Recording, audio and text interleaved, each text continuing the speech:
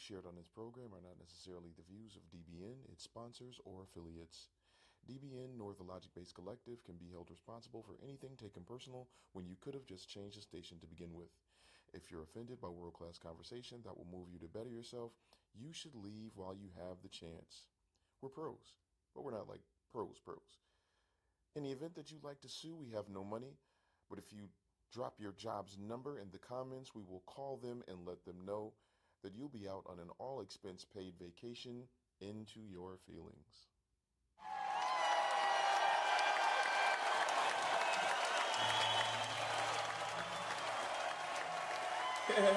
Change down on my mic a little bit.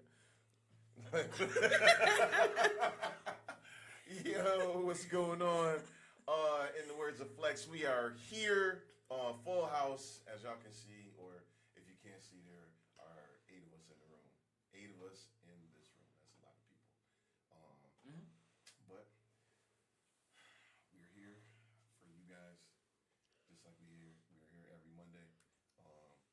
The time is 8:45, and we are on the air. Kudos to us.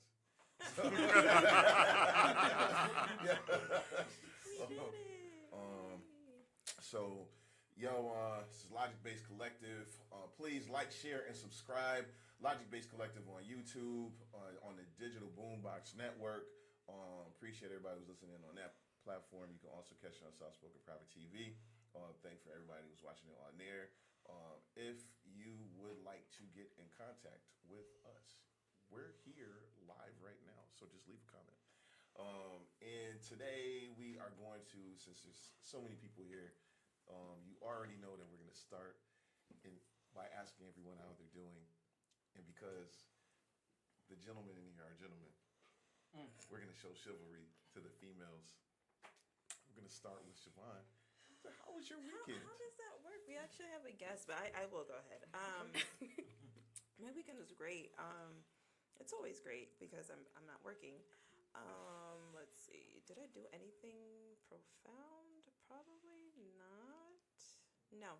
I went to church on Sunday, per usual, and it was a good time. And took a nap after. That was great. That's about it. No, it was a good. It was. I did. Listen, I'm kind of jealous. after church naps are crucial, They are. especially if you be giving your listen. I cried my eyes out. Get a little sleep in after, But it was a good weekend overall. Did you shout? Because that. I didn't. Oh, because that takes out some energy too. Yeah, I can't even imagine how tired I would have been if I did. That's when the after church Yeah. nap comes I'm in. That's looking out sometimes crucial. to see if y'all who be shouting and Who how they links do up? it, so I can mimic later on. You don't want to do that. Not for a 'cause- specific time, just Right. for the time that I'll need it. Okay. Do you know how many times I've tried to mimic yours? Okay, but thank you. I've hurt my neck, so I gotta relax. I was Let's getting ready keep to say, that. hold on, I was getting ready to say, because I don't mind, because that's how we grew up. But just so you know, because when I go, I'm a very detailed church kid, So I'm gonna imitate you down to the T, all the way to the way that you say hallelujah, all that stuff. We don't have and I shout like a dude. So Yes. it is what it is. It's very masculine. That's such a nice way to put it. Pretty good segue. How was your weekend? My weekend. First of all, I want to say thanks for having me. I'm very excited. I always feel like, I'm the youngest person in the room, but I always feel like I'm invited into the. I am. I know I am. Yeah, she is. Listen, I'm like, wait, that title belongs to me. I said what I said. I always feel like a kid being invited into adult conversation. So, but no, my weekend was great. Didn't do much. I went to church and then I went to the reunion tour in Boston, and that was incredible. Yeah, it's amazing. Incredible. I have never. It was my first gospel concert, and I feel like if it's your first Kirk Franklin and Ty Tribbett, that those are the people you want to see. Yeah. But You yeah. set an impossible bar to I know, but you know what the crazy thing is, right? I'm going, and I love Kirk and Ty, and I'm like, they're gonna kill it. That's what I'm here for. But Israel was actually my favorite. Really? Man, I didn't realize so many songs that he wrote. The most prolific gospel writers And of I our did, time. and I didn't even realize that he kept doing song after song. I know this song. Oh, I love this song. And next thing I know, I'm like crying and worshiping in my seat. And it was a really good concert. But yeah, that was my weekend. Nothing too crazy. That's awesome. Yeah. Becky, I'm gonna ask you, even though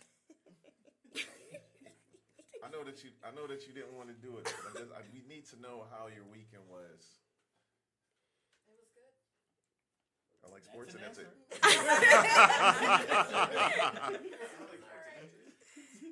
So just to let y'all know, and you can't see her on camera right at this second, but Becky, B Sweets by Becky, is in the building. Yes. If you don't know, you better ask better somebody. ask Her husband. somebody. Yeah, this is right.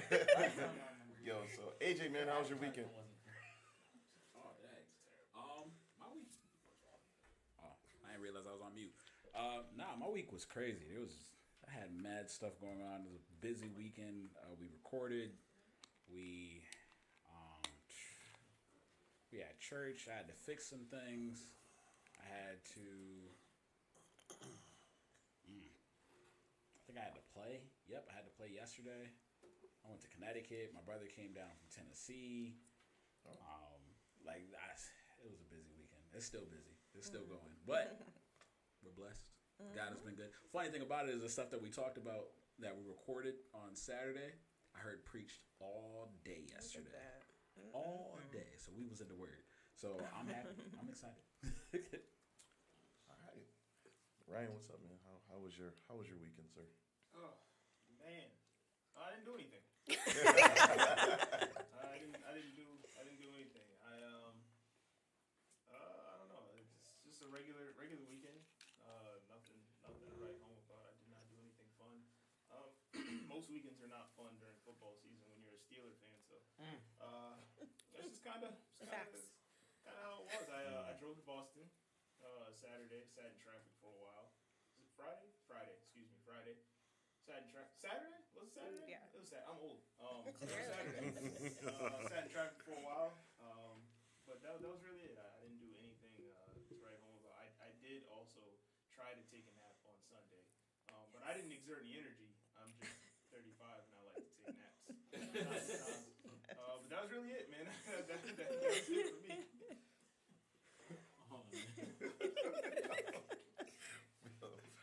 Oh man, yo, KJ, how was your weekend? Yeah, you can add me to the list of uneventful weekends. Naps are cool. Didn't make a lot of noise to celebrate it though. No disrespect. Just It's cool. It's cool. and yeah. Other than that, yeah. Monday. What's up? Your turn. My weekend was low key. I was chilling. Didn't do much as well, Just enjoying a little solitude. I need that sometimes. I got to reset the clock, so I was able to do that, but I'm good. Such a How was your weekend, sir? Yeah, well, second oldest person in this room. It was Everybody's age written now. They it's like, just I know it. just feel like everybody's like mad distinguished. Like, they went on a water slide. It was the weekend was pretty. I don't want to say uneventful, because I did a lot, not necessarily in the way of just recreational activities. The biggie is going by. I've not gone. It's another year. I continue my streak. Let's see. Not really much has happened with the church yesterday. Had a pretty good time. Watched the Patriots get beaten to oblivion by the Cowboys.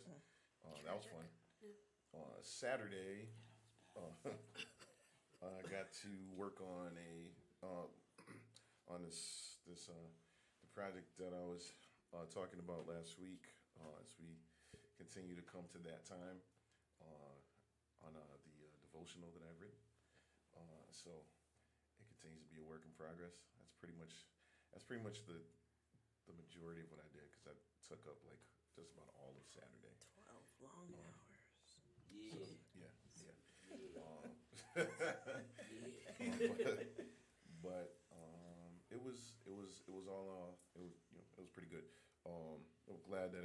here. Glad everybody's healthy. Glad that everybody's in this room. It's been a minute since we all been in here together at the same time. You know what I mean? Like, so I hope that you guys don't mind as we form Voltron on tonight. And I'll form the head. Yeah. Go gadget Negroes.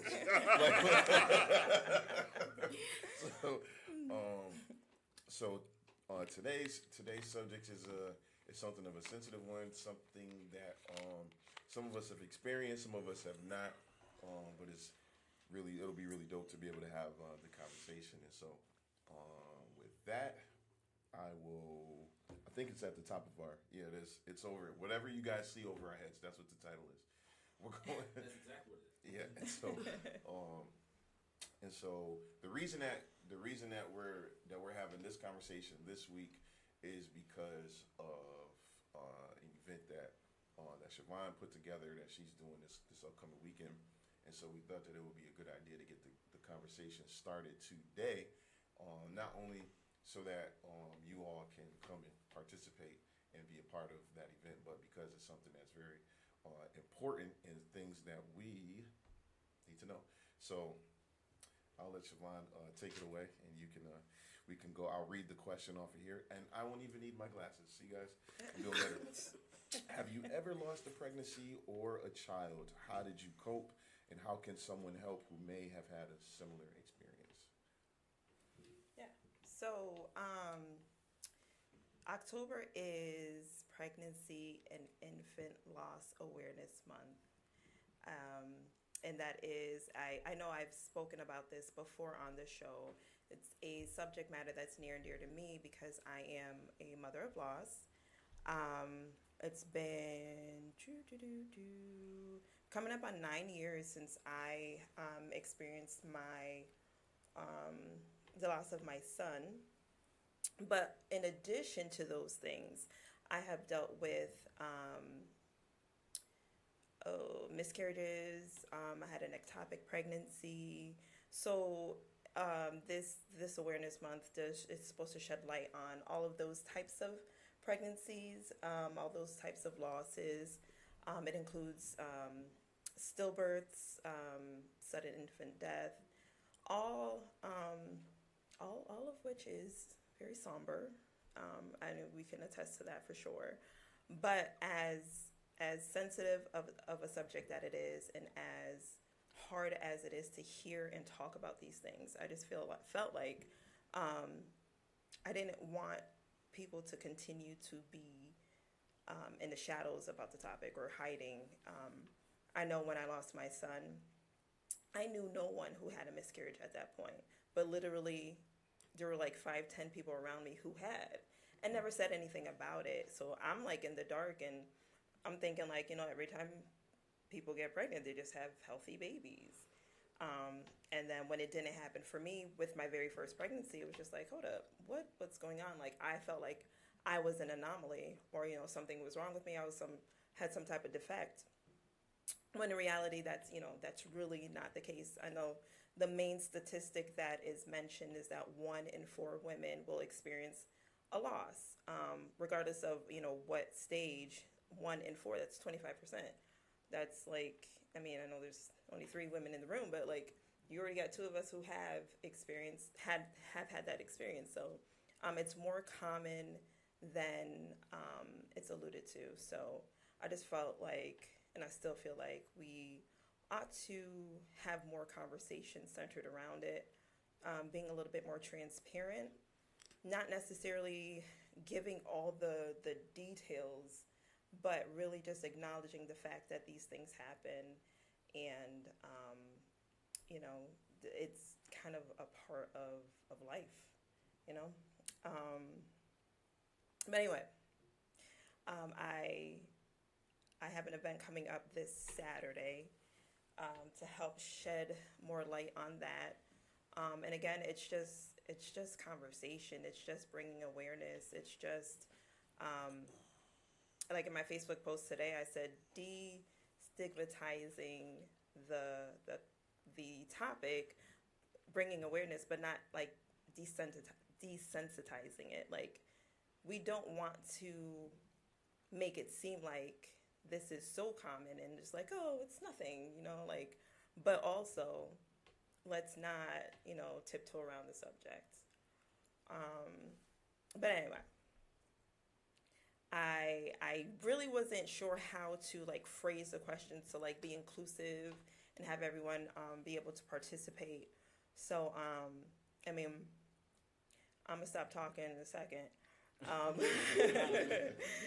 No, I will Just to prepare you. This is a record. Go ahead. And I can share more of my story, but I know that for myself, and a lot of other moms that I've come in contact with over the years, it's easier to answer questions about the topic versus just like then to spew out the things that have happened. Yeah. Or emotions that have come along the way. So I would just say, like, throughout the night, if you guys have questions, please feel free to just ask. I may not know or have experienced it personally, but like I said, I've encountered a lot of people who have had experiences. I'm no scholar, but I've done research just because so much has happened. So if I have anything that I can share with you guys for your knowledge or for our audience, I will absolutely share. And please feel free to send in any comments, text us, message us here, and we'll be glad to attempt to answer. She said, "You said you're not a scholar. You have like 2 degrees." I'm not a scholar. I'm not a scholar on the topic. Oh my God. That doesn't make the cut. I'm in trouble. No. Yeah, no, it's important to be able to like you said, destigmatize that type of stuff, and like the conversations that we want to have are conversations that are not had. It's like if you a lot of things, not just this subject, but there's a lot of subjects that you probably would think that you're in, you're like the only one that has gone through it, or something that you're not just going to readily talk to somebody about because you don't know how people feel, like how that makes you sound if you would bring it up. Like there's just certain, like there's certain subjects it's not easy to segue into, even if you're talking to your friends or like, your trusted friends, the people that that you trust with that information. I don't know how I would go to, like you could, if it were like a like your best friend or a pastor or like somebody, or a parent, and you're just saying like, yo, this is what, like I know I'm not going to do it. Like, you know what I'm saying? Like, so, but that's not to say that everybody, that more people haven't, we just don't know. Yeah. One thing that the word brings out, and of course, sorry guys, I'm gonna bring up the Bible. So Listen, I'm gonna do it if you don't.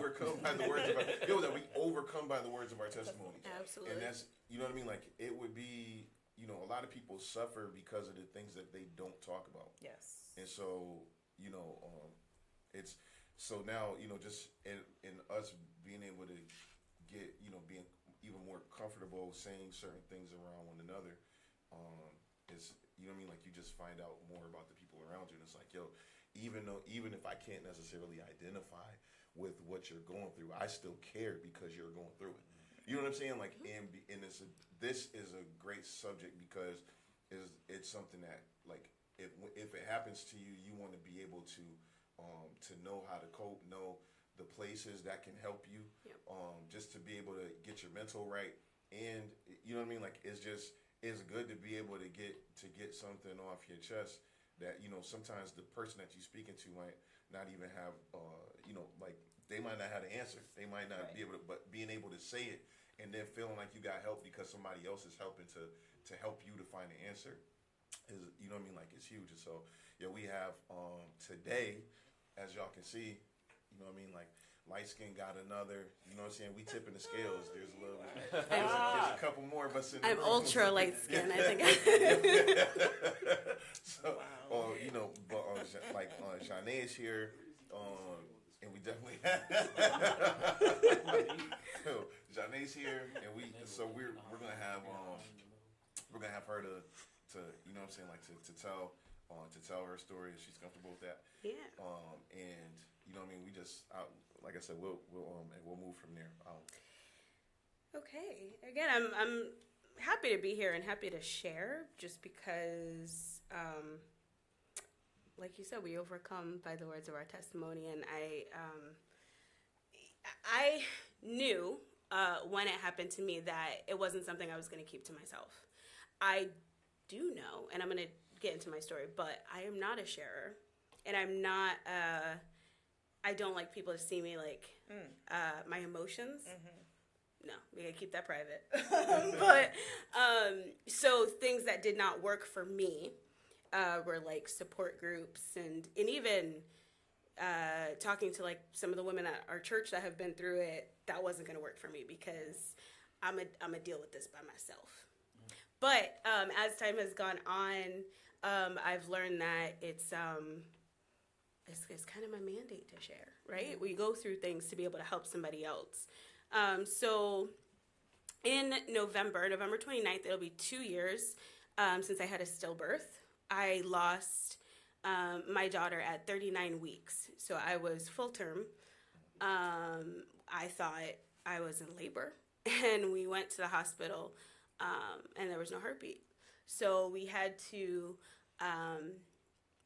had an emergency C-section, and we had to have a funeral. And actually, in burying a child is like an experience that nobody should, no matter the age or anything like that. It's just a mental thing that nobody should have to deal with. But so we had to bury our daughter, and it had already been kind of a anxiety-inducing pregnancy because I had my daughter 7 weeks early. So I had already, my first pregnancy, I had already kind of experienced some trauma and things like that. And a stillbirth was not even on my radar. Didn't even, I think we always think about miscarriages. Like when we're pregnant, it's something we always think about because we do hear it. We hear, like, especially early on, or your first pregnancy, you're more likely to miscarry. But a stillbirth didn't even pop into my mind that was a possibility. I had been relatively healthy my whole pregnancy. So it threw me. But then the next year I took to really get my mental right. And I think a lot of women, that mental health piece is important, right? Taking the time I just went through something very traumatic. So I need to actually take the time to handle myself, right? I did counseling. I did counseling with pastor for that spiritual aspect, but then I did therapy with an actual therapist. I found the therapist just didn't work for me, and that's only because when you're a person of faith, the way that I am, certain things just weren't going to work for me, right? Like she's like, maybe just take a few deep breaths, and when you have anxiety or blah blah blah, and I'm just like, no, girl, I need to pray. So apparently you're not hearing me. So I knew this experience. I needed to handle it. It needed to be between me and God, right? That was the only way I was gonna get through it. And so I did counseling with pastor. I did counseling with pastor and my husband because I think, so men don't necessarily know what we go through in our bodies when we're pregnant. They don't. They're very supportive. I think it's great. Yes. But you don't necessarily know, the whole process in that way. And so, and being pregnant is such a blessing and such a personal journey. And I felt, and I don't know if many women do, but me personally, I felt shame after my stillbirth because in my mind, my body was literally created to carry a child. And here I am struggling. From what I've heard from other women, they feel the same way. Okay. Yeah. Here I am struggling to do, and I had already, my daughter was born prematurely. And I'm like, my body kind of failed then. And then here I am, and I've lost our child. I remember when the nurse came in and was like, there's no heartbeat, and I broke down crying, and then I started apologizing to my husband because I'm like, I didn't do what I was supposed to do. Like, that's literally what I'm created to do, and I can't do it properly. So I felt a lot of shame, and I remember in one of our counseling sessions, my husband just flat out said to my pastor, who I've known my whole life. So I was kind of, he's like a dad to me. I was kind of mortified, but he was like, she won't let me touch her. And not even like in like a sexual way, like I wouldn't let him kiss me. Couldn't even like hold my hand because I just felt shamed. And my pastor's like, Nay, he's like, Nay, let that man touch you. And I'm like, you don't get it. Like, I just feel, which coming from like a dad figure is kind of awkward. It's like, don't think about that. But I'm like, I just felt like, I just felt like I couldn't do what I was supposed to do. So I took a year to, like I said, it was a lot of prayer, a lot of fasting, a lot of counseling. And then I learned, and like I said, I'm not a sharer, but I did learn that leaning on support and leaning on other women that have gone through similar experiences is important. So I found myself starting to open up a little bit more. And I remember when I was going through it, a preacher had come to the church. I don't remember who it was, and I'm sure people hear this all the time, but there's no testimony without a test. Yes. And so that's how I started looking at the whole experience, and that completely changed my mindset. So, I mean, my goal was to not fall into depression, and I fought that off. For, at least the first couple of months. But, through that year, I developed different coping mechanisms. And the best one I can say, and people look at me, people that aren't churched look at me like, what? Prayer. Honestly. And I got through it. And so it took a year. And then after a year, me and my husband decided to try again. And last month I had our son. God is good. But everybody's journey is different. Because even through that pregnancy with my son, it had to just be me and God. I had to pray. I had to really try and fight off anxiety. And that's another thing that is important to talk about too is pregnancy after loss. Yes. How do you deal with that? Because that's a different animal as well. So, but yeah, that's. How were you able to get to the state of, because of course like you're getting through, like you said, you took your year to really kind of be able to get right, but what put you in the headspace to be able to be like, yo, I'm gonna try to have another child after you know what I mean, like after you lose one? I don't want to get too churchy, but my response is incredibly churchy. Your truth. It's so churchy, I know, but honestly, we were in our women's conference, and Prophet Deborah Jones, and I had just somebody had asked a question about how do you push through depression. And so I raised my hand and I answered, and I said, I just kind of went through a rough year, and this is what I did, and I'm like, I had a stillbirth and everything like that, but this is how I pushed through. And Prophet Jones she was like, and let me just say, and she prophesied to me that I was going to have another child, and so that kind of opened up my mind to the fact that, okay, well, if God said it, then we're gonna go for it. But I would not have done it if my mental health wasn't where it needed to be. So really just taking that time, and everybody's timeline is different. Totally different. Grief is not a linear process. Like everybody's timeline is different. So for me, it was just a year, but for some, it takes many years to try again.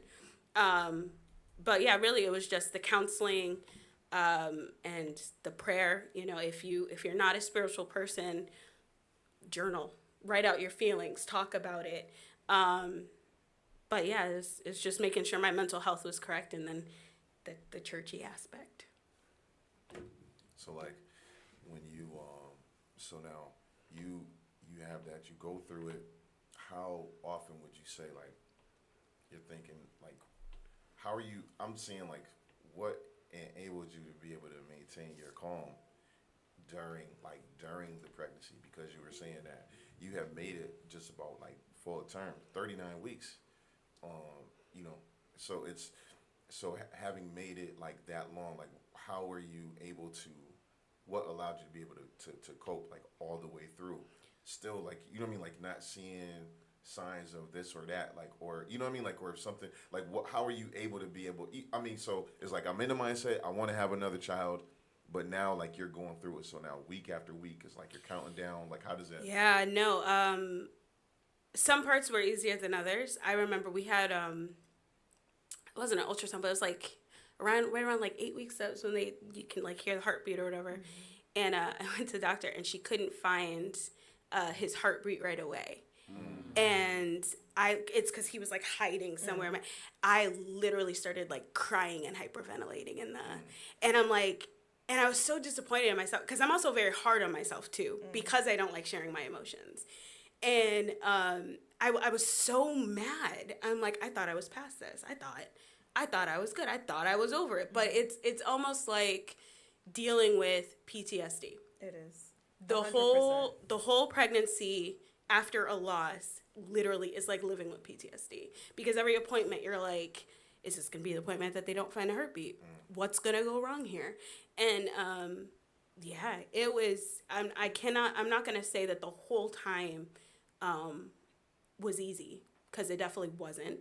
But just using my coping mechanisms of really of prayer, of seeking out prayer. Like there were times where I was just like, oh my gosh, I had a really hard mental day or I'm really stressed. So I would call people that could pray for me. That's important too. And that's what helped me is having a very strong supportive network of women around me that could pray me through when I couldn't do it. But yeah, no, I'm not gonna say it's easy. It's definitely not. So like I heard you say like it's known you don't like to share. You're doing an excellent job. We're here now. not wanting to share. But we always talk about how important therapy is, and so one time we had Terrell's homie, friend to the show, come through and really talk about mental health. Yeah, she's really dope. And I was just saying, like, you know, in the experience that you did have with your therapist, sometimes it's a journey trying to find somebody who you can talk to. Yeah, who you are comfortable with. She just wasn't the right one. And going through a couple of people, you can get discouraged. So just, you know what I mean, if we can make that connection, if you need it. TW. Did you try to find another? Nope. You didn't. No, I'm no, okay. I literally, and honestly, I'm not gonna say it wouldn't have helped had it, because there are specific therapists, and I know because my doctor, when I got pregnant with my son, gave me a whole list. She was like, you might want to start therapy again to get you through the pregnancy. There are a whole list of people that actually specialize in this area. That's a resource I can share. I still have it. But I didn't even try it. No, I did like 3 sessions and I was like, this ain't gonna work. And it wasn't that she was a bad therapist. I just think my approach was different. My approach was, I need God. And you're not giving me that. You're telling me to breathe when I have an anxiety attack. And I'm not telling you that that's not going to work. I'm just saying there's just a different way that I'd like to you go about this. So I've always, throughout my years, I've always done counseling with my pastor. There's something so calming about my pastor that it just, I say my pastor like 4 of us don't go to this church, and like AJ's not his son, but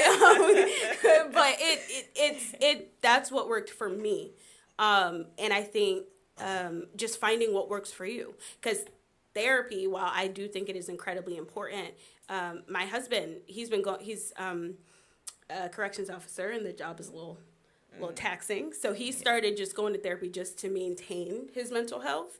He did that all through this journey, and I think that really helped him get through it. Nice. And you know, I'm not saying it doesn't work. I'm just saying for me, that therapist didn't work, and I didn't look for another one. I was just like, yeah, no, we're good. So, you know, everybody's different. Right. Siobhan, did you do therapy? Did you? I did. Yeah. So I therapy. Yeah. So I had a similar experience in that, like, but I had gone to another one after the fact because just she was sweet and everything, but like you said, she just wasn't. I was like, you're not. I don't. Like it just wasn't. We weren't meshing well. The things that I was concerned about, she was a little too lighthearted. I don't think she realized that she was being that way. And this, I mean, the first time I had gone to therapy was actually after an ectopic pregnancy. And if you're not familiar with an ectopic pregnancy, that is where the fetus is growing where it's not supposed to. It's supposed to grow in your uterus. It can implant in other places. Mine implanted in my fallopian tube and started to try and grow there. And you can't grow a baby in a fallopian tube. So I had to have my tube removed. These doctors that had gone to school for many years kept saying that, you got 2 tubes and you lost one, so now your chance of getting pregnant is reduced by like 50%. And I was like, oh, math, okay. Makes sense. It made sense, but these were male doctors at the time, and I had gone to my therapist, and she's talking to me, and she had she I guess specialized in the area, and while I didn't want to talk to her too much. She's the one who put me on and was like, I know they keep telling you like your chances of getting pregnant are cut in half, but that's not really how it works. And she explained to me that because I had the 1 tube, that everything was just going to go traveling there, and they know how to find their way. I guess sperm is smart. And they go looking for the egg. I'm an intelligent sperm. Thank you very much. That's another subject for another day. But she explained to me that because their sole job is to find an egg and fertilize it, like they're going to do their job. And she said I would more than likely get pregnant very easily, and she didn't lie. I was fertile myrtle after that, and I thank her for that, for giving me that. Although we didn't, in terms of counseling, her knowledge from being a social worker, dealing with those types of issues and pregnancies and loss and all that, she had that knowledge, and she was able to impart that wisdom to me, and I was able to go back to my doctor and be like, hey, so remember when you told me this? You were wrong.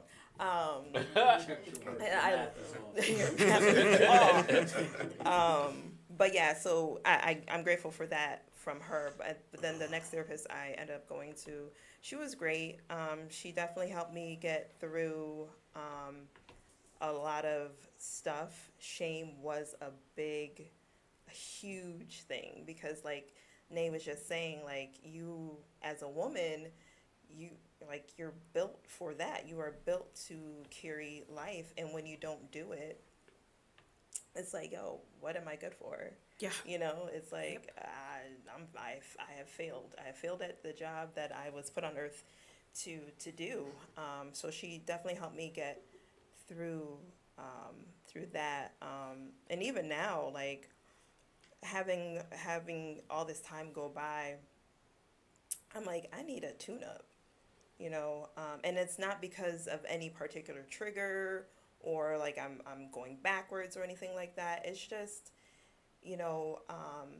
so I lost my son in October, and so when October comes, while I'm living life and things are going great, there still comes that time where it's just like, oh man, Yeah.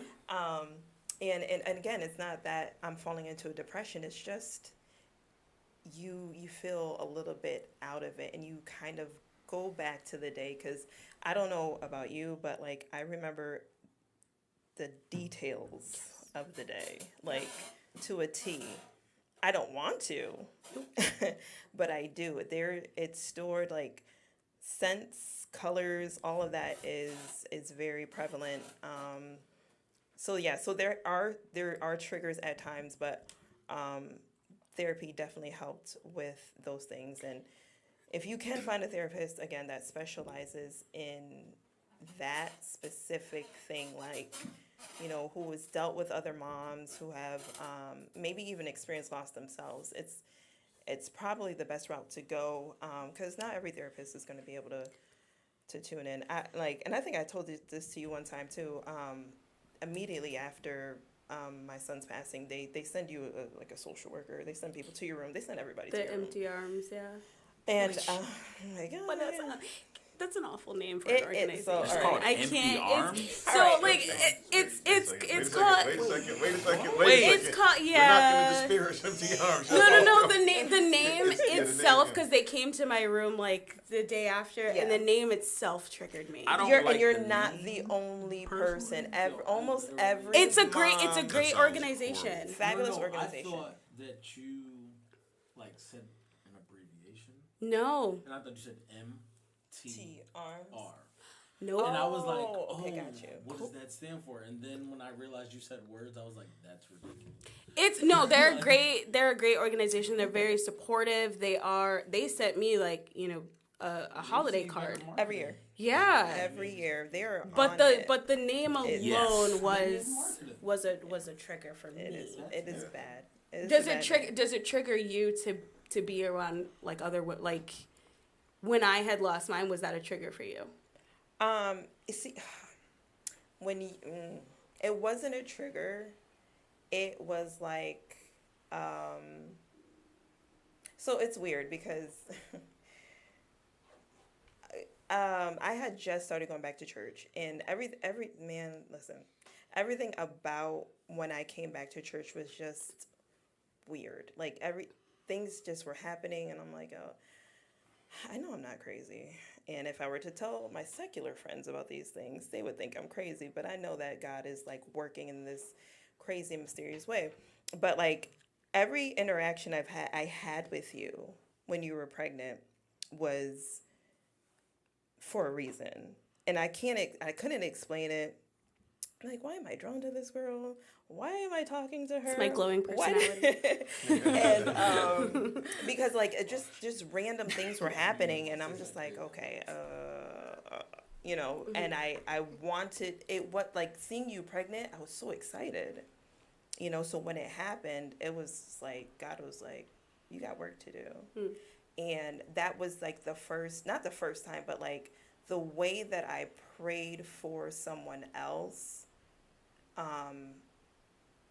It had never been like that. Like I had been to support groups. I had been, you know, had all these encounters with other moms, but it was just different. And I was like instructed to pray for you. I was like, she needs this. And I like the one Mother's Day, I'm just in the store, and they're like, God was like, getting a card. Like, weird to some, but if you've ever heard from God, Right. You'll know. like, you Yeah. know, he'll tell you to do things that you know. But yeah, so it was not triggering. It was very much that is something that I would moms that are going through or have experienced loss. A trigger can be being around another woman that does. My godmother lost her son to SIDS, and this was before I think Ryan was born, or maybe Ryan was already like 30-something years ago. But the day I said 30-something. I didn't say the age. Relax. 30-something. A whole decade for something. But she came to the hospital to visit me, and I asked him, like, is this a trigger for you? Because you don't, I mean, like I said, it's like living with PTSD. You don't know you don't know what trigger. I was triggered by baby showers. Yeah. Oh, that was a big Man, one. That and was then a it really seemed big like one. there were a couple of women in my husband's family, and even in my family, one of my like older cousins, got pregnant. Okay, calm down. Right. You ain't got to Is say she it. not? Not too much. Right. She Dial it back a little she got pregnant. I think in like January or whatever. Oh, she announced it to the family in January, and I just lost the baby in November. That was a trigger for me. So it's things that it's things that like sneak up on you that you don't even Yeah. realize, and you can't even be prepared for it because you're like, Right. I don't know what's gonna trigger me. Like, you know, Mother's Day triggered me. I was in church and I had to leave the sanctuary because I started, like, I think pastors like preaching about like a mother's love, and I had to leave. So those are things that, and nobody can, no therapist, no friend, nobody can tell you what's going to trigger you. Yeah. So, being that you like you're naming your triggers right now, so like this is all in retrospect.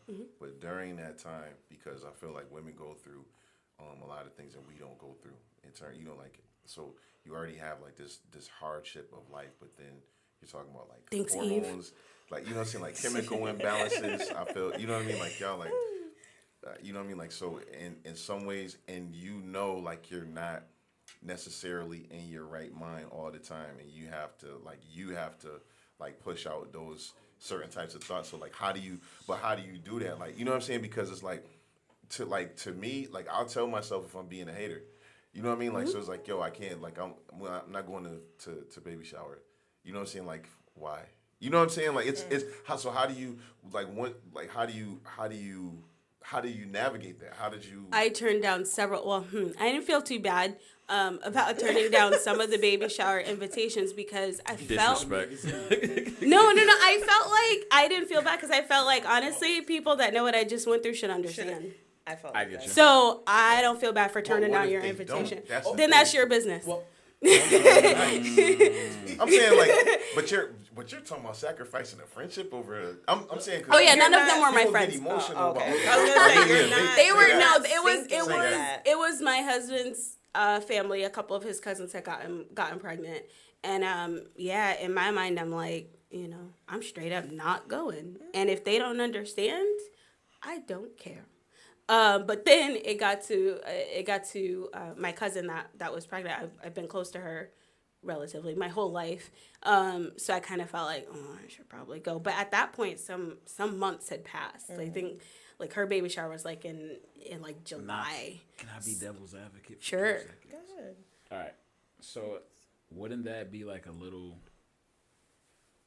like you kind of picking and choosing kind of thing? Absolutely. No. Like, only because only because like all right, so they're your husband's family, so and it was fresh for them, so they do have that it just happened kind of thing.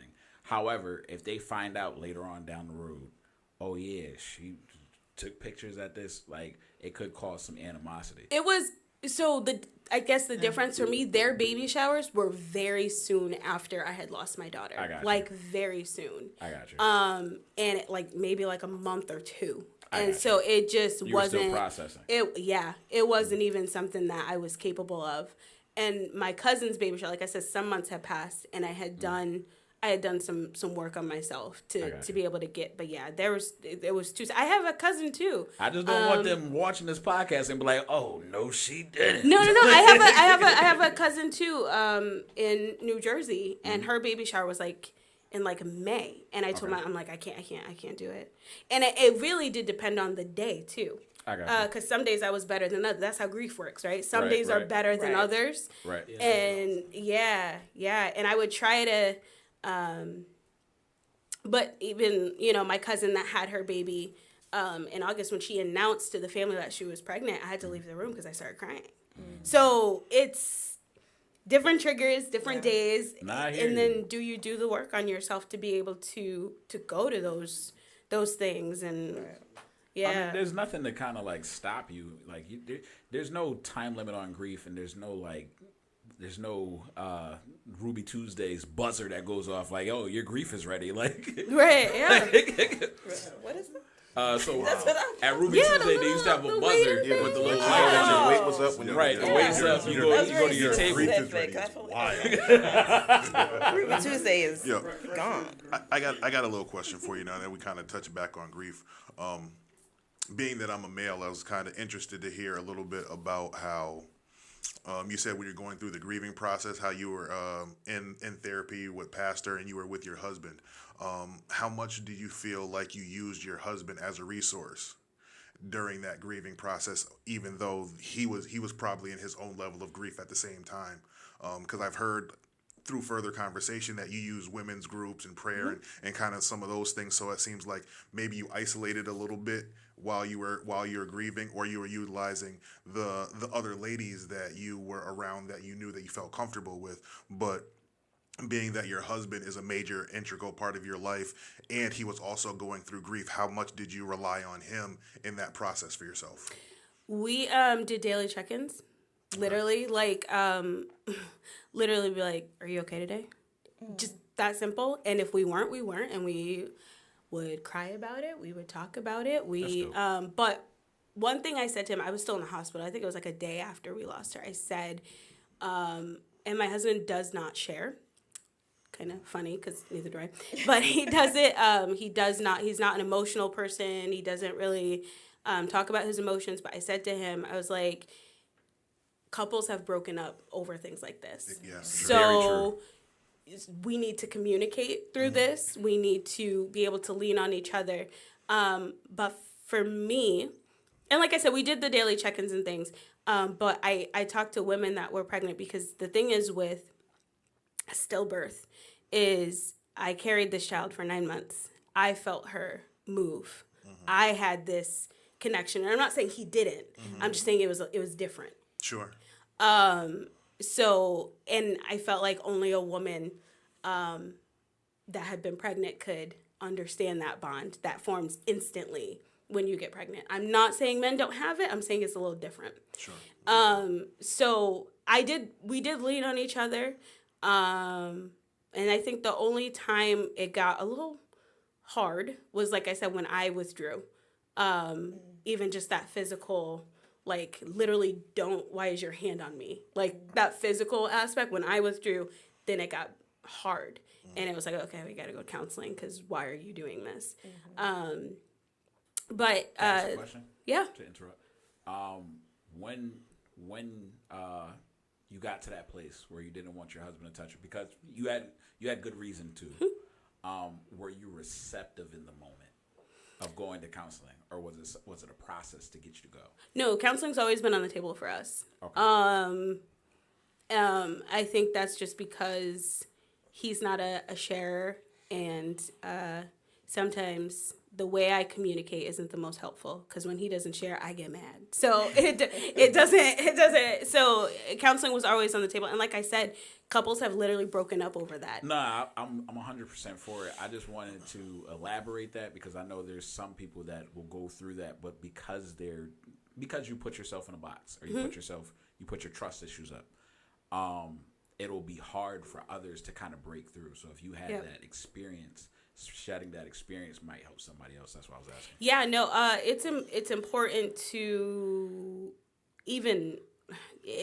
rely on your partner even when it's hard, because and like I said, I know that the female experience is a little different, because you carry the child, but you have to recognize that your husband's going through something too. Correct. He experienced a loss as well. Correct. And when I started to withdraw, that was something that I was missing. That was something it didn't even come into my head that, like, no, he lost his daughter too. He was a little selfish. It's okay. I was. So that was something that we had to work through in counseling. And yeah, it was just realizing that you can share in your grief. This isn't just for you to close yourself off to. You have to share with your partner. One more question. Yeah. And then I'll let T-Dub go back. My bad. But did you feel better after you and your husband were able to reconcile? Being that you were able to, like, share with him, and you felt like, did you feel like a unit, or was it still hard, or how'd you go about it? We were in counseling, I think it was like our second session with my pastor, and I didn't realize how much I was actually hurting him by withdrawing, because I wasn't even telling him why I was withdrawing. And so it took being in counseling, and my pastor was like, why won't you let him touch you? And I, like, literally broke down and explained the whole, I'm ashamed because I didn't do what I was supposed to do. And then after that, you know, it got a little better after us talking it through and explaining to him that shame part. And I think to him it might have seemed a little irrational, but I don't know. Imagine. I mean, as a man, imagine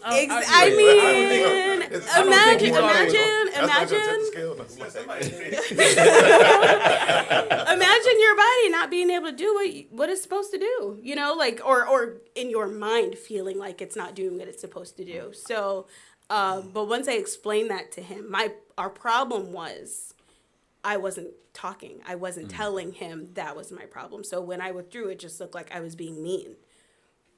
Yeah. You know? I feel like sometimes communication is very important because from the male perspective, a lot of times we're built on the same way you feel like your body is built to house a baby and those sort of things. We're protectors and providers. Right. So if you're broken or you're hurt and I can't do my job, which is to keep you safe and to keep you whole, that makes me feel deficient as well. Yep. Right. So I'm glad that you got to the place where you could communicate effectively, because when you're not communicating effectively, we can't heal together. Right. Yes. We're on this journey. We became married because we wanted to take this journey together. And when you're trying to heal from a joint experience on your own, I think sometimes that's where the divide comes in, because you went into it together. Being married, you went into having a family together, so you went through this traumatic PTSD experience together, but trying to heal from that separate it seems counterintuitive to me from my perspective. But I can understand how you're feeling your own feelings, and if you don't know or you're not used to kind of dealing with that sort of stuff, like who is, but like I don't know. It doesn't work in marriage to do anything separate, right? When you get married, you become one. So doing anything separate just doesn't work. No, if he didn't lock the door, I'd walk in if I needed to. But I can't talk because I definitely walk in on my wife just like the kids. I bust I bust in the door like Arnold Schwarzenegger. Yeah. I just wanted to touch on the fact that I completely agree with the communication aspect of it. It's hard to communicate in relationships in general sometimes, you know what I mean? Especially when you're talking about the tough stuff. But I will say, postpartum, in addition to loss, burying your child, picking out a cat, like all those things, like postpartum is hard as it is. Your body is still doing things. Your brain is still not rewired correctly. You physically your organs are still adjusting. All these things are still happening while you're still peeing and bleeding. Like all these things are still happening. I'm sorry, but this is really what's happening. It's gross. While you're in your head about your loss, your body is still doing things that. I mean, it was your second pregnancy. I think it was like my third or fourth pregnancy. Like, you know, I know some of the changes that are happening, but like for me, one thing that was really crazy, and I almost lost my mind about this, was lactating. I was just about to ask you if that. Yeah. So, and again, just stuff is happening, guys. So you have this baby and your body automatically starts wanting you to do the things that you have to do to nurture your child. That's tough. And so you're producing all of these things and you're making milk and your body is like, all right, pump me. That goes down. Get me out. That was also like one of the most traumatic parts. Yeah. I came home from the hospital because I had a C-section, so I was in the hospital for 5 or 6 days, and I came home and I was in the bathroom, and it just came pouring out, and I lost it because. Right, because like you can't catch a break. That's crazy. There are things too, because I don't think no doctor wants you to have a stillbirth or a miscarriage, but there's things that they don't prepare you for. Mm-hmm. That was one of them. Yeah, my doctor did not tell me about that. Yeah, I agree. And it was just like, oh, you know, here are people who can help, and I'm like, it was like the basic stuff. I felt like that was a very basic thing, like, I'm arriving home, and like my niece was just a few months at the time, and she was crying, and I'm like, Right. I'm Yeah. you know I started producing milk, and I'm like, Did you have like the baby room and everything set up and? we had yeah, had just started setting up. So I lost my son at 23 weeks, and we had just started. Like I had found out the gender a month before, so we started just doing everything. I was like, oh, we're having a boy. Let's do this or whatever, and yeah. So it was like, I mean, you were definitely there and like We had said prepared to go home. Yeah, I came home from the hospital, and this is another part of grieving with your partner too, right? Everybody grieves differently. So I came home from the hospital. My husband had taken down everything. Had taken down the nursery, had taken down the swing. He just had packed away all the clothes and everything. He just didn't want to see it. But for me, that was, oh my gosh, I just came home without a baby, and everything's gone. Like, did she not exist? Right. So that was another part about the grieving process. Like I said, everybody does it differently. Right. So I think what you just said is important for anybody to, I mean, I understand, like, obviously it's a very sensitive time, but I think it's important to know that there's no way to do it right. Right. Because I'm pretty sure, like so many things are well-intentioned. Like, in his head, he was probably thinking that it would hurt more for you to walk in. He thought it and would be easier, and yeah. see the nursery set up. Yep. And then, like, it actually seems like he's dismissive because that's how you process it in the moment. That, like, he's not. That, like, yo, like, really? Like, that's just what you do? You just cart the stuff off? Like, you don't even think I should be included in that? Like, that's the same thing that I was going to say earlier about the baby shower invites. Like, people, people, like, overly putting that on you and being like, oh, like, I shouldn't invite you to this because, like, it's like, you're like, yo, I'm still... Like, you want to reserve the right to be able to include yourself and or not.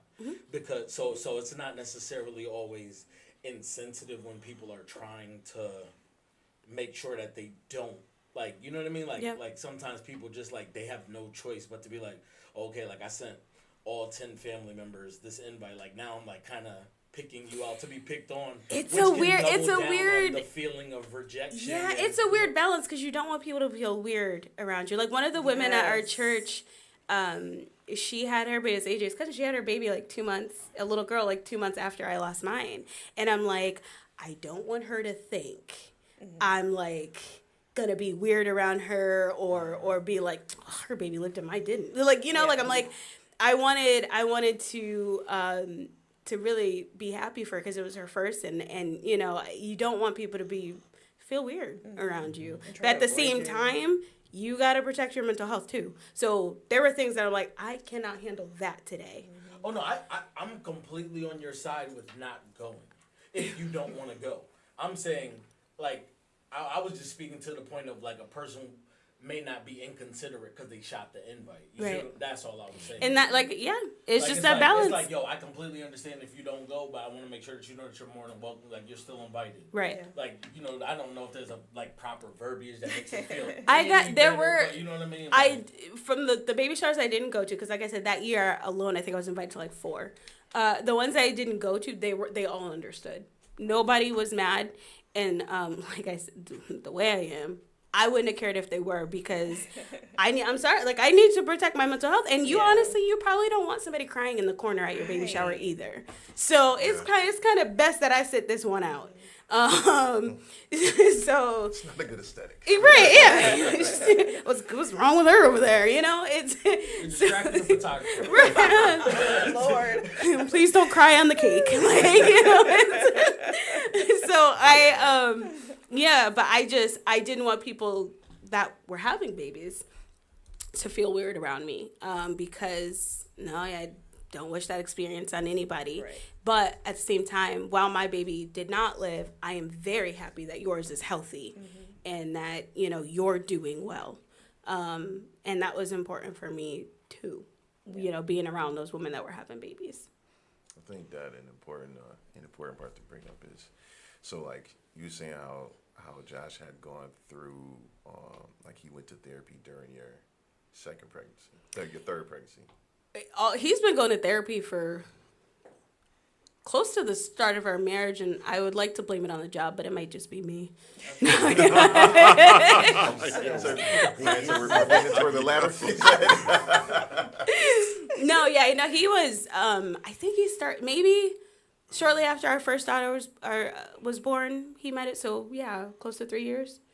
Yeah, I think I'm saying it's important because of, like, the way that we process things a lot of times. Being honest, like, we process by not processing. You feel me? You know what I mean? Like, all right, I'm just be busy. I'm doing like whatever I'm doing. I'm not gonna put. You know what I mean? Like, I don't really have. How do you bring that up to somebody? You know what I mean? Like, if it's your best friend, you still, you know what I mean? Like, because you don't want to necessarily feel like you're just stuck in this place, or like you want to talk about this thing again. Not that they're not gonna be receptive to it, but because of the way that it makes you feel. I felt bad for him because where I had this support system of women around me, he did not. His friends, because I just feel like this just isn't something that men are going to talk about. His friends were clueless. They just did. He went to, and I tried to force him out the house because I'm like, you need a break. I'm like, his friend was having a Christmas party. So we lost our daughter November 29th. So maybe it's like 2 or 3 weeks after. And he goes to this Christmas party. And we named our daughter Madison. And he was at this party at his friend's house. And one of his friends brought in their 2-year-old whose name was Madison. And he went into his friend's bedroom and was crying. And like, they just didn't, don't kill me, Josh, I'm telling all your business. But they just didn't understand. Yo. They're like, do you want a beer? Like, they just didn't That's get the it. point. And I felt bad. That's the point that I was getting to. Go ahead. All right. The reason I was gonna say that is because, like, yo, this the same. I didn't even know that happened. Yeah. But I was gonna say, that be the part about it when you're not able to really talk to nobody. It's like, I have even so having gone through that, I've never I didn't go to therapy to talk to a therapist about that specific. I haven't had that conversation with a lot. I've only like gotten through it like a little bit. In my mind, I can still see like what the day was, how it happened, all of that stuff. And so, like, him, when you talk about like him just being at a random place, like crying, that's happened. I've left places, like, you know what I'm saying, like, oh, we had a party, like, oh, where's Bayman? Like, you know what I'm saying, like, or them, or like even now, I get to have a lot of time by myself now, but it's you know what I mean, like, so I mean, it works in my favor, but it's tough because you're trying to like be supportive, and of course everybody's gonna be like, yo, because like you said, like you carried the baby all of that time, like you go through all of these things in your body, and like, yo, when it happened to me, I was invisible in the room, like, you know what I'm saying, like, I think what you're saying, bro, and like, obviously this isn't to make it about men, but I think the difficulty is that the subject is so sensitive and so logically not about men that it's tough to say, what about me? You know what I mean? And But it is it wasn't even like a what about me feeling. Looking back, I'm telling you, nobody in the room, there were like 10 people there, like nobody in the room asked me how I felt about it. That's actually, my point. like, That's I'm saying, like, you don't want to be a 10, but you want to be a number. Like, you don't count in the room. Like, it's cool to be a 2. Like, my son took his last breath in my arms, yo. I held on to him while everybody else tended to everybody else and was just sitting in the middle of the room until somebody, you know what I mean? Like, until somebody eventually just took him out of my arms, did not say a word to me. You know what I'm saying? Like, and so, like, you're right. And I'm saying, like, so I didn't, I'm like, all right, well, I got to do this, I got to do that, because then you say, like, I got to make sure that this person is okay. You looking at the mom, you're doing, like, all of these, like, all of these things. But, like, there's, like, so having that, like having had like the funeral and all that, you know what I'm saying? Like I've had that experience. I'm just saying, you know what I mean? Like, and it's still like even at that time, it still wasn't like you know what I'm saying? Like I gotta get some, you know, get some tears off. Like it wasn't that. I actually went through that entire situation by myself. Not, you know what I'm saying? Like not no family or friend. It was like it was like the situation was wild. So, but even, you know, like even in that, it was, I'll never be able to get those images out of my head from that day to like the stuff that they did in the hospital that I didn't like, that I'm looking back on now, like that kind of pissed me off, to, you know what I mean, like to getting to the funeral, seeing that little box, then you know what I'm saying, like getting to the cemetery, placing the box in the hole by myself, and then you know what I'm saying, like, and then like throwing all of the dirt back in, you know what I'm saying, like completely earthing them back into, you know what I'm saying, into the ground. Like I remember that at random times. It just, you know, it just hits, and I know probably because it's not a conversation that you know what I mean, because I honestly I don't really know how to have like that, like the whole conversation, because I couldn't really be able to tell it to you probably, you know what I'm saying, like without being able to completely break down. I've never done it. Only, you know what I'm saying, like in my lonesome, I talk to the Lord. You know what I'm saying? I'm like, oh, you know what I mean? Like I'm going to heal my heart, man. Like, and do, you know what I'm saying? Like do the stuff that I can't do because I'm trying to do it and I can't do it. But it's, you know, like for it, do, because you're just carrying it. And that's what I was saying. Like, yo, you know, for him, I could definitely identify with like just being, you watching a football game, everything is all good. And then all of a sudden, what? You know what I mean? Like, and you having that, like that experience. And like now, you know what I'm saying? I feel like I want to go home. And it's, you know what I mean? Like that, it does lead to like a certain type of depression. Even, yo, like I talk to y'all all the time. Like I don't even really bring this up because I don't know how to say to you, dog, this is a tough time of year. You know what I'm saying? Like, because I can't do it. Like I can't do it. If I was in a room with a therapist today, like that's not the first thing. That's not the 10th thing that I would bring up, because I don't know how to really explain like the way that it feels. I just know that it's super heavy, and then in trying to support somebody else, and you're telling yourself, yeah, this ain't about me. This ain't about me. It's not about me. Like I gotta, you know what I'm saying? I gotta, you know what I mean? I gotta stay up. I gotta hold up. I can't do, you know what I mean? Like and so it's like you're running away from it. And then those times when you break down, it's like it caught up, but you start running again. And you know what I'm saying? Like just trying to outlast that feeling. So, like I'm just saying I can identify with him. And so I don't know. Obviously, you don't know what he talks to his therapist about, but you know what I'm saying? I be I'm just saying, asking. like it's pretty. So You don't tell me, but I be asking. But that's a tough. I want to say though, it's not fair for men to say this isn't about me, because and I get it. It's personal for us because we carried the baby. I got that part. But this baby's a part of you too. You lost something too. So I guess the only part of my healing journey that my husband could not understand or partake in was my physical healing part, because I had a C-section. Like, you can't relate, dog. You don't know what that feels like. But I don't think it's fair. And I think if I have, maybe he been stabbed before. I think if I have one regret in the way that me and my husband healed, was that I didn't give him enough space to say, like, we would do our check-ins, but I didn't give enough space to be like, are you good today? Like, tell me, do you need to cry? Because there were plenty of times where I cried on his chest. Do you need to cry? That wasn't, I didn't do enough of that. But I don't think it's fair for men to go, this ain't about me. My fault. And I only, man, I haven't said anything this whole episode. Hey, it's me. No, I would say the only reason that a guy would feel that way is because we've been conditioned to feel that way. So where you may say that's not fair for you to say that, it's kind of like you've been conditioned to be like, all right, well, you're just here for support. In any other situation, you really can't make it about you. It's about supporting. That's the feeling you get, right? So in anything, not just child loss, but anything, it could be any kind of loss, any kind of anything. You're just supposed to kind of grin and bear it and be there for the woman. is what your mind says, is what you've been conditioned to feel. So like a lot of times you don't even know. Me personally, there's times where you just don't know how to be there because, or not how to be there, but how to feel a certain way and convey those feelings because you're not supposed to, right? Is what you're told. So yeah, you can say it's not fair for a guy to say it's not about me, but a lot of times you try to deflect. I know I do.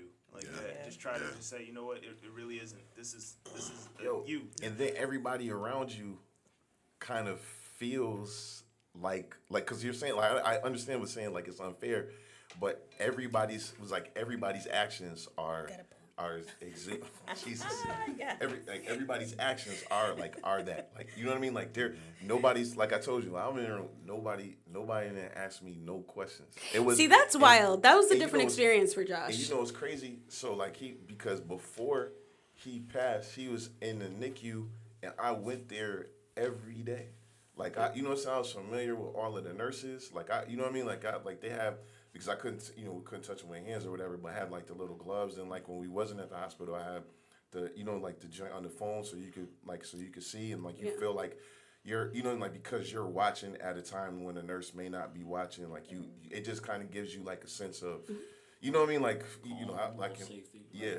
And so like, it's not like I didn't, like this is like this somebody that you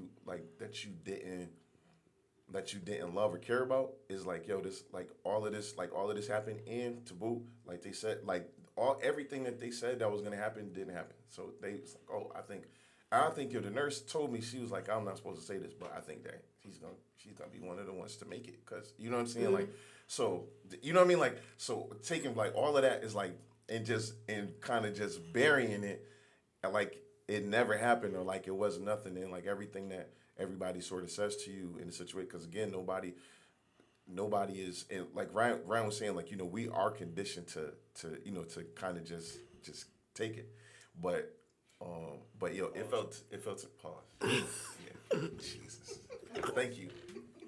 But no, but it was like we're conditioned to do that, but it just, you know what I mean, like even in it, like nobody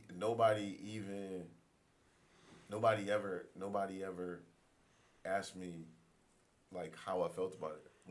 Once I told the people that I told, you know what I mean, like nobody ever asked me about it.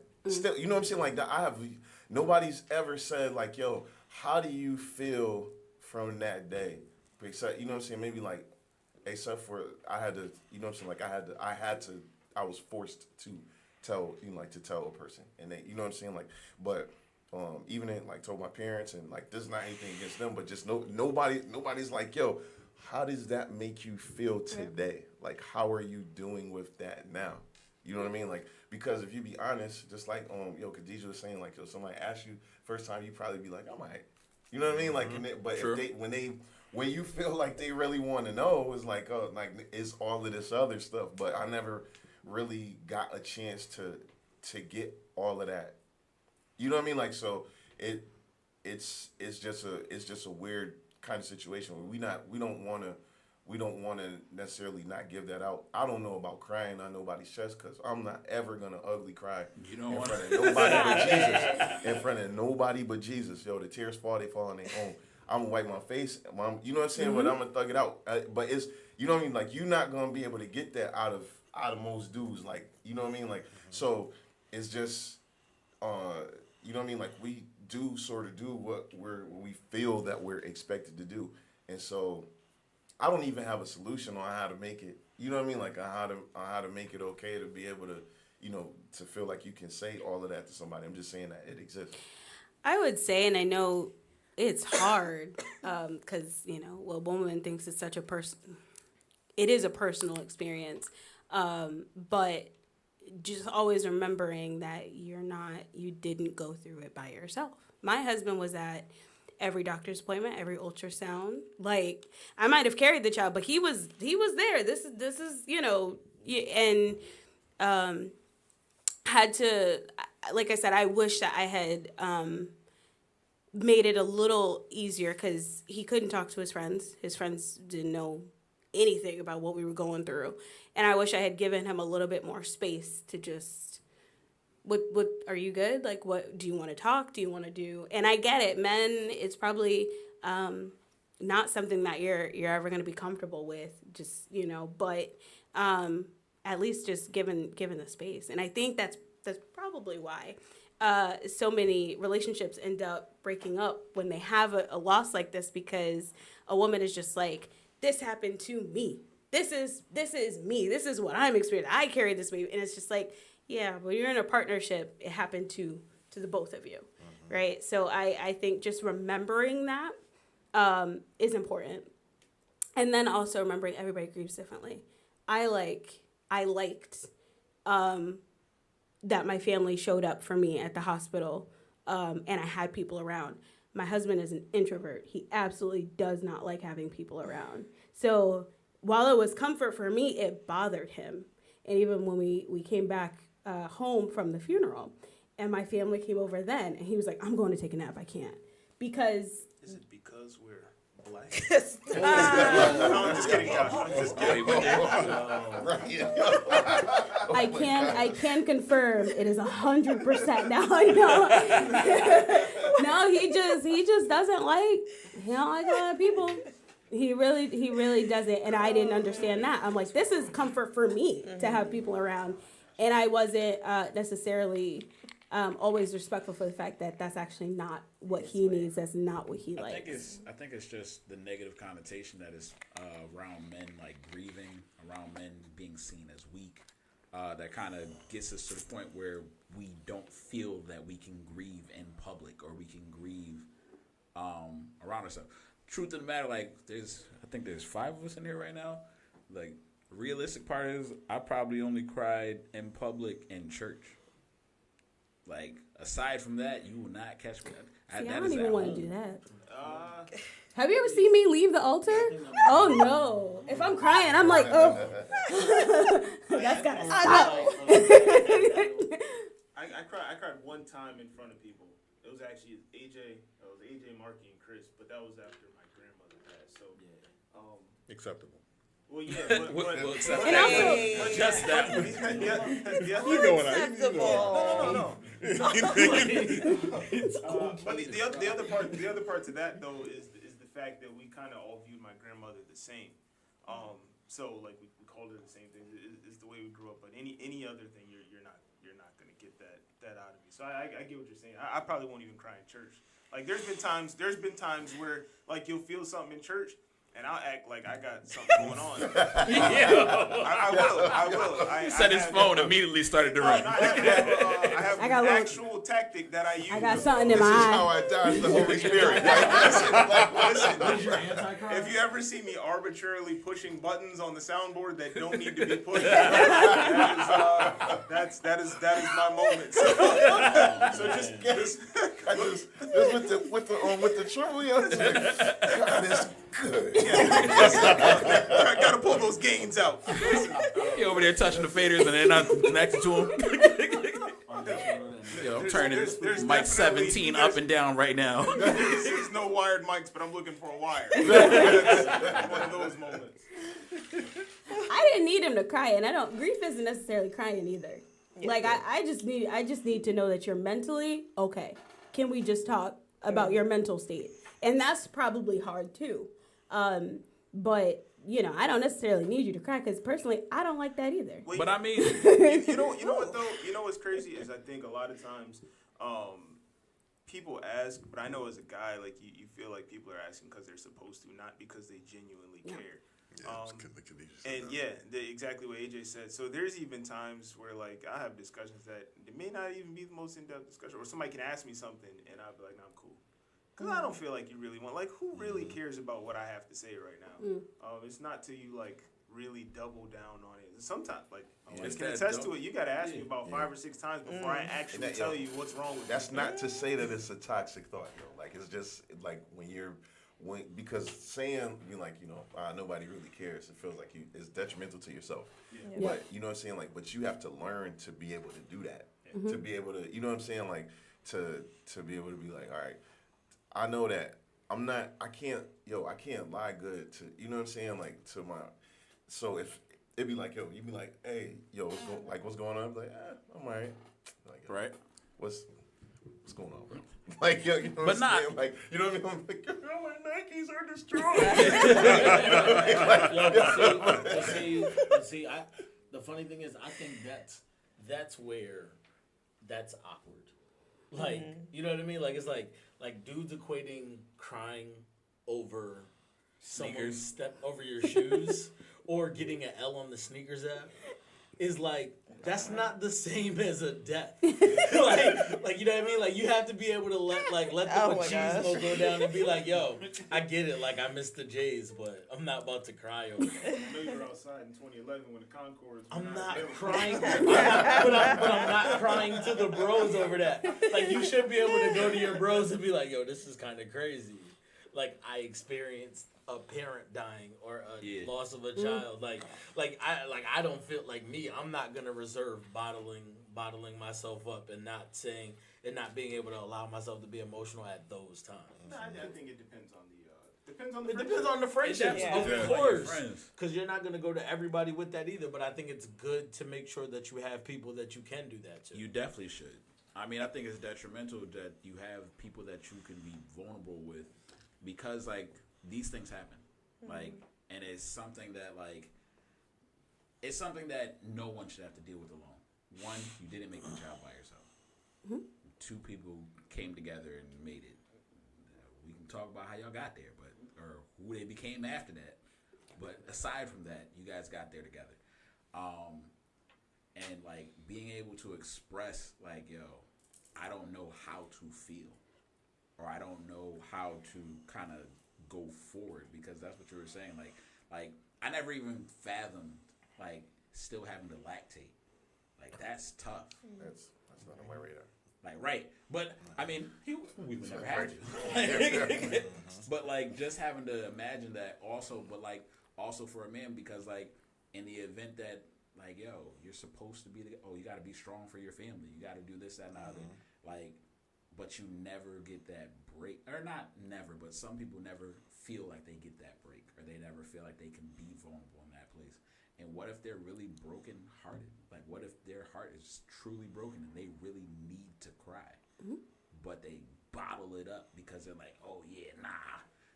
The people they're going to roast me because I'm crying about something that's deserves I was tears. gonna say cry worthy. Right. Cry-worthy. But it really is, like, it'd be like, yo, like, that's a respectable reason to be Right. emotional. I think so. I wouldn't have looked at him any less. So, Nice. you know. Listen, Respect. I've seen Yeah. tears for a lot less, and I'm just like, I almost like I said, I am very awkward when it comes to human emotion. Like, I just don't. it's the cutest thing. I though. don't do well. Do you appreciate that. I do. You remember we were at a co-pastor's house for that Bible study, and it was November, so I'm emotional, right? And we were coming up on the year anniversary, and it was a Bible study, a group of women from the church, and I had actually been crying all day.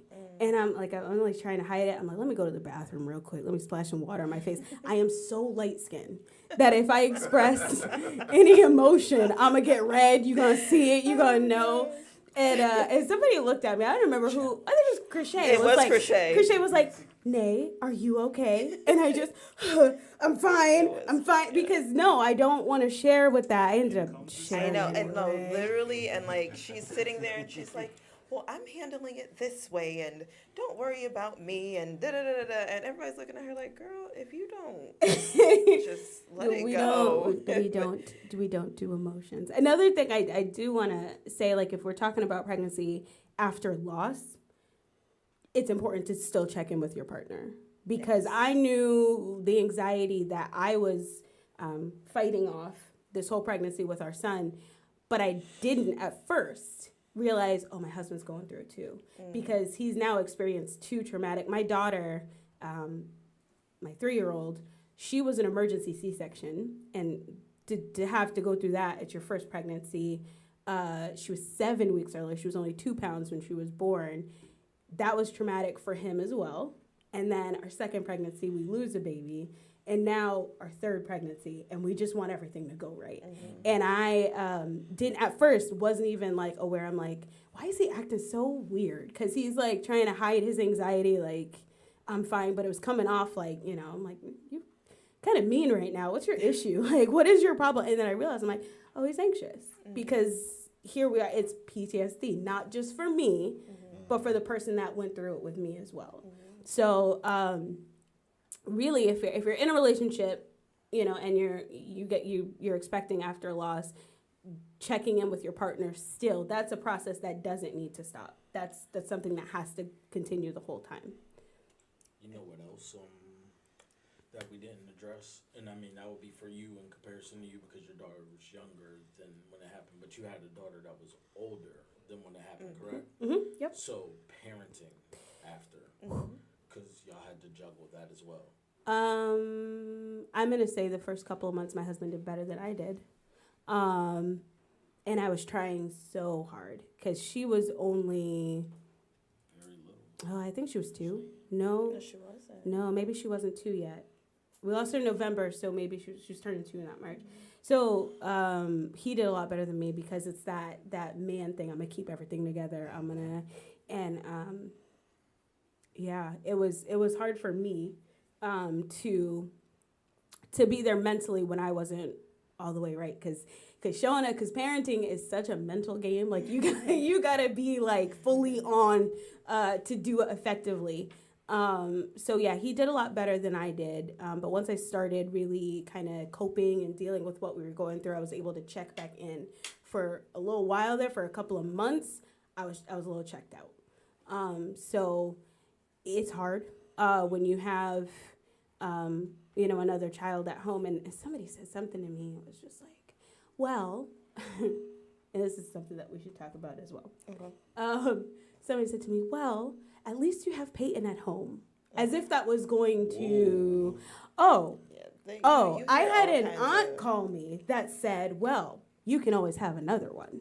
No. That's the number one thing that 2 out of people 3 ain't say. bad. That's wild. And it's no, like, and they think that they're saying. I mean, and I know people mean well. And Gosh, that's the wrong thing to the say. wrong, and it's the first thing most people say. Uh-huh. Yeah. Because we go awkward with it, right? They don't know what to say. Right. But anybody listening, that is not it. That is like, I don't want to have another. I wanted this baby. Don't tell me I can have another one. I'm like, that's not what I'm thinking about right now. The issue is it's dismissive. It is. And like, if you're going through something, like, I understand the issue is the person is trying to be better at like getting you to focus at something else. And I understand what they're trying to do. They're trying to basically pivot. However, You're trying to find a silver lining. Right. Like that's hope. just- Yeah. that's not it. Yes, It's not it's not. And then it's important when you're talking to women that have lost, don't minimize it, right? We're not, I understand it is 100% a different situation to lose, like, say, a child that you've had for 5 or 10 years or whatever, and that is different. But we don't minimize the Right. miscarriage or the stillbirth because it was still a life. correct. It still mattered to you. It was still important. And I almost would say, especially with a stillbirth, because I held my daughter. I had to pick out an outfit to bury her in and pick out a casket. That's different. I understand that when she was born, she had already passed. But it was still a life, and it Correct. still mattered. So when you're talking to women that have experienced loss, and I get it, it's meant to be helpful, but sometimes it just comes off as dismissive, and it comes off as you're trying to minimize it. Like, I get it. She's losing my daughter would be completely different than losing my 3-year-old. I 100% understand that, but it is still a loss. Correct. You can't take those memories out of your mind like it didn't happen. Oh, I didn't realize I could just have another kid. Just take all these funeral memories out of my mind. This terrible day. Because then it's things like, well, I don't have any memories with her necessarily, but it's things of what could have been. That, yeah. Well, you do have memories of them because it's the memories of me preparing for this. Right. It's me. It's my baby shower. Right, It's yeah. Your baby shower, you thinking of names, like you feeling them kick. Like there's so many things that happened during that 9-month period. If you make it through the full 9 months, or just in the process of realizing you're pregnant, because that happens to a lot of people. Like they realize they're pregnant and they plan. You begin to do things differently. You begin to change your life to model it as being a parent, because you're making this next step, and then for it to stop suddenly. Mm-hmm. All the plans that you had, and I am a compulsive planner. It's like my sister-in-law is probably smiling back there because, like, you know, I've got my kids' birthday plans. She crying a little bit, but she's smiling. You're light skinned, it shows too.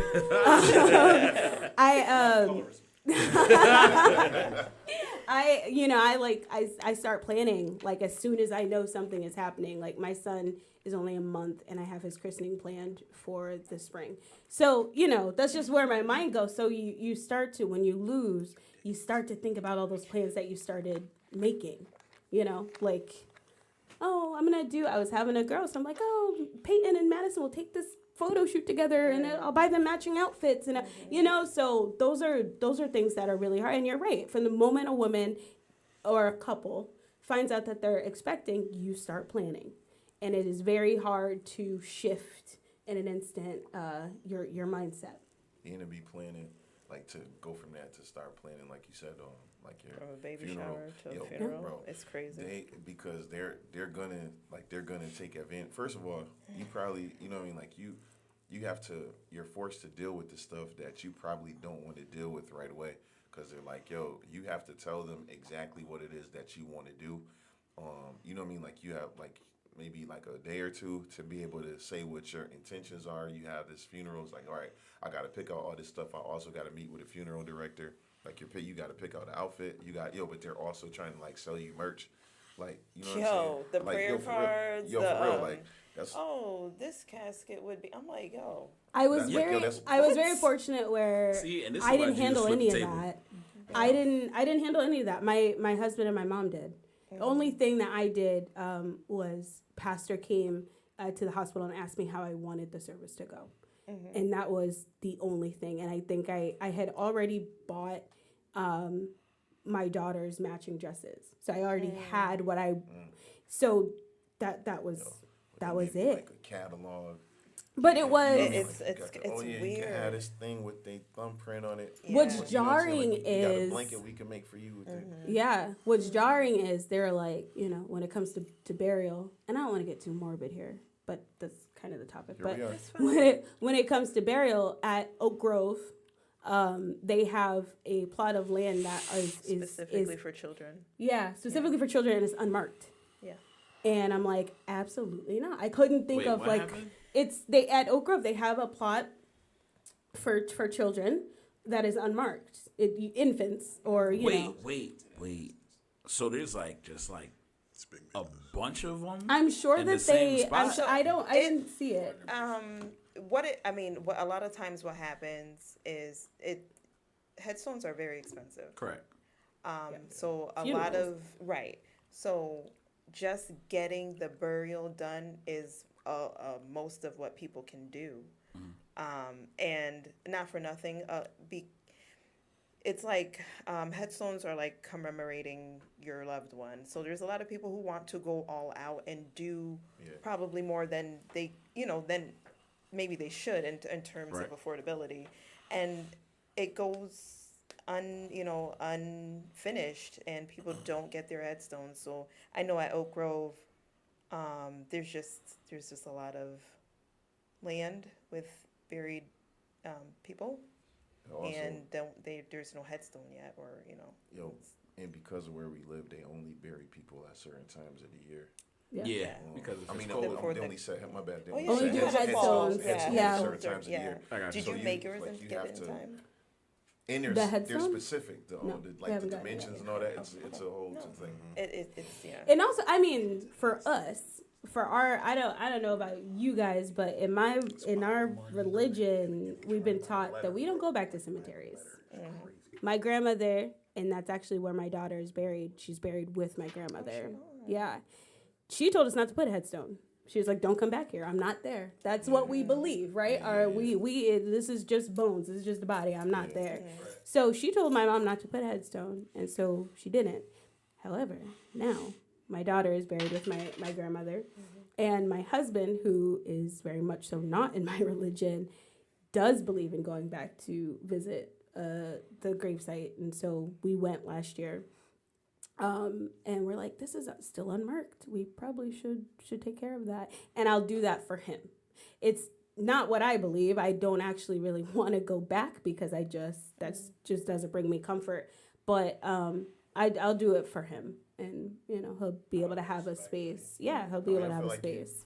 Whatever it's like, whatever you believe you do, whatever, you know what I'm saying? Like, because whatever their process of grief is, maybe some people might want to return because we was taught the same thing. But it's like, do what you got to do. Like, you're not getting ready to tell me like, I know that they're not there. I believe that they're in heaven. But this makes me feel close, so I'm doing it. It and don't having really their matter name, where I pray at, if I pray, you know what I mean? Like, having their name, anywhere. Like, I remember I got a piece of mail from Bay State with his name on it, and I was just like, oh, yeah. Like, it felt. I was sad, but it felt good for him to be acknowledged. I remember going off, right? So we the funeral. Oh no, it was the newspaper. My mom had put in a whole obituary, and the newspaper sent us a plaque with the obituary on it, and I went off because I'm like, who in the world wants it? Like, it's like a plaque that you can like hang up on the wall. I'm like, who wants this? Why would you? But some people want it. I think I literally had a catalog of things that you could get. That's what I'm saying. The memorabilia is nasty. You know what I mean? Like, it's but if you want that sort of thing, like, they can give it to you. I mean, I understand. But they're trying to sell it to you, and you're most vulnerable to try to buy that because it feels like, if I don't do this, I don't love my kid. So, you know what I mean? Like, from what I don't do this. I gotta make it happen. From what I can say, and I know we talked about empty arms earlier. They were very supportive and very helpful. They did, and again, I don't want to sound morbid, but they did a whole photo shoot with her, and so we have a ton of pictures. I mean, that's kind of cool though. It is. I mean, these are, and I'm gonna put them in a photo album of some sort. But I mean, it's not something I'm gonna hang up around my house. But I have a picture of my son's feet. They did a whole. When I tell you, like, I don't want to be morbid, guys, but they gave her a teddy bear, and they did. It was literally a photo shoot. The hospital did that. So It was I don't even know. I liked it. Like, I can take a picture with your hand on it. I was like, I'm literally never gonna look at this. Like, you know what I'm saying? Like, because I understood, like, for her, like, that was I didn't, like I said, I ain't seen nothing about nothing. But for me, like, they in a box, they're never gonna come out. We did on the anniversary, and we did it with our daughter. And I want, because we talk about Madison, like she existed. When I refer to myself, exactly. When we refer to myself, I always say, I had 3 kids. So we sat down, and my daughter's only 3. But we sat down and we said, this is your sister. And it was emotional, but I want to be able to tell, my daughter and my son, like, you did have a sister. So those pictures, and they're not something that I'm pulling out and looking at every day. Haven't looked at them in a year. But it is nice that we do have them. And it's nice that, it can bring some kind of comfort. So, I mean, I understand it's morbid, and I get it. I get it from the point of view of, like, people want something to remember them by. Yeah. And, like, that's why I don't like the way it's presented, but I mean, at the same time, they do have to do something, because it's not like they can wait a week and be like, all right, I'm gonna wait till you groove a little bit and then come back. I don't know what funeral homes y'all were dealing with, but I don't, from what I was told, especially because I didn't deal with the whole process. They didn't sell anything, really. They gave the prayer cards for free. It literally is a catalog. Oh, It's see, like- no. And I don't know, maybe that's because there was somebody that was working at the funeral home that goes to our church, Miracle, was working, and she kind of helped the process, but She wasn't working there when I was there. Nah, that's the Oh, problem. you It's like, were- you didn't have the she- inside. yeah, we went, No, but- and that's the other thing too. Shout out to Henderson's, awkward, I but know. they know my family. Right, exactly. She and was so it great. was very comfortable to go to her because she had done. That's who you go many to, people, Ryan. you Don't know, you know like that? Yeah. All the black folk go there. That's our. That's our. different. Our lady. I ain't gonna hold you. I did I was get a like, little dog tag, Harold but just got their it remains in the box. Like I never opened it. Mm. Yeah, Yeah. like, with the little print on there, like his name engraved in it. It's just I can't do it. She Nah, I did. don't She think did I the could prayer look at cards it. for free. She Like- did. Yeah. It's like I said. Those aren't. They're not things that I look at often. And you know, the one thing I did, like I went and I got a tattoo with her name. But the pictures, no, they're not something. But it is nice to. And as we continue to heal, because like it is a journey. Right. Maybe eventually that'll be something that I'll be okay with, and it'll be a little easier over time. Right. And like you have been saying, you know, throughout the show, everybody grieves differently. It is a real process, and depending on, you know, who you're partnered with, if you're married or single, it lends to its own thing, and you're not wrong the way that you grieve. You're not. I'll say also, don't care too much about anyone else's feelings, because if you don't get right, you're not going to be any help to anybody else. So even if you feel like you're being short, even if you feel like you're being dismissive or you're isolating, you have to do what you have to do for yourself. I pray that you have a village, and that is one of the reasons why I wanted to have this event that's coming up on Saturday, is so that your village will just be privy to the things that could come up. And that's why I'm also glad that we had the conversation, because there's a lot of things that you just don't know. I mean, and even as a parent going through it, you don't know until it happens. So just being able to provide some of those weird, you know, unknown facts that may come up, we just want you guys to be able to kind of like keep that in your mind. It's kind of like when they teach you CPR, it's like you hope that you never have to use it. Right. But, you know, at least you know the basics, you know, some of the tools to help somebody if they're in need. So this is kind of that. Like, we just want to be able to allow people to hear and see the different stages, the different levels, the different ways in which things can go down, so that if you ever find yourself in that predicament, or again, someone in your village, someone you love, someone you care about, ends up in that situation, you're kind of able to be an ear, being a support of in whatever way that you can. Well, where is the? You tell us again where the event is happening. When it's happening. It is happening this Saturday, October 7th at Deliverance Center Ministries, 336 Springfield Street in Springfield, Massachusetts, from 12 to 2. I called it Coffee and Conversation. There will be refreshments. And again, we're just talking about, you know, a part of life. There will be other moms there to share their stories. You know, my story isn't necessarily unique. In terms of, you know, when I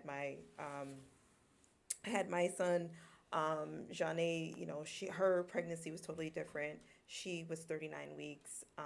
There's a mom that'll be there whose son was diagnosed in utero with, I forget what it was, but they knew he would pass once she delivered. So there's just different situations, and again, we just want you guys to be aware of some of the things that could happen. We pray that you never have to be the 1 in 4, but if you are, you know, just come, and we'll have people there who may even be able to support you in your process. Thank you. And at this point, it's the hour is after 10:30. Yo, appreciate Janae for coming through. Yes. Thank you so much. Um, I'm so glad you came. Appreciate you guys. sharing your stories and the things that you have gone through. Hopefully they were helpful to for the people that listen. It really be on that re-listen, yo. Yeah, You know it what I mean? does. It does. Um, And I really do like want to- to. For the record, Anna served told everybody that she's sorry for the loss. Oh, What's good, Anna? hey, Anna. And she said, "What up?" It was also I- an audio issue, but we fixed it. Do want to thank you guys for sitting in on the conversation. Not the most fun or comfortable conversation to have, and I do appreciate the questions that came out, and not being, not hesitating to ask and like provide the feedback that you did, because again, fathers grieve too. Yeah. Dads are a part of the process, so we never want to forget that is the case as well. So. Appreciate it, and it's dope to be able to have everybody in the room. So as we continue to join that, we're gonna leave you. Shout out to Becky and B Sweets by Becky. You can go to B Sweets by Becky on Facebook. There's a Facebook channel. Say B Sweets by Becky. I feel like when I say words over and over again, because I gotta do it with my kids. If I don't say it 3 times, it's a wrap. so B Sweets by Becky on Facebook. Definitely make sure that you patronize her business. And it's actually good.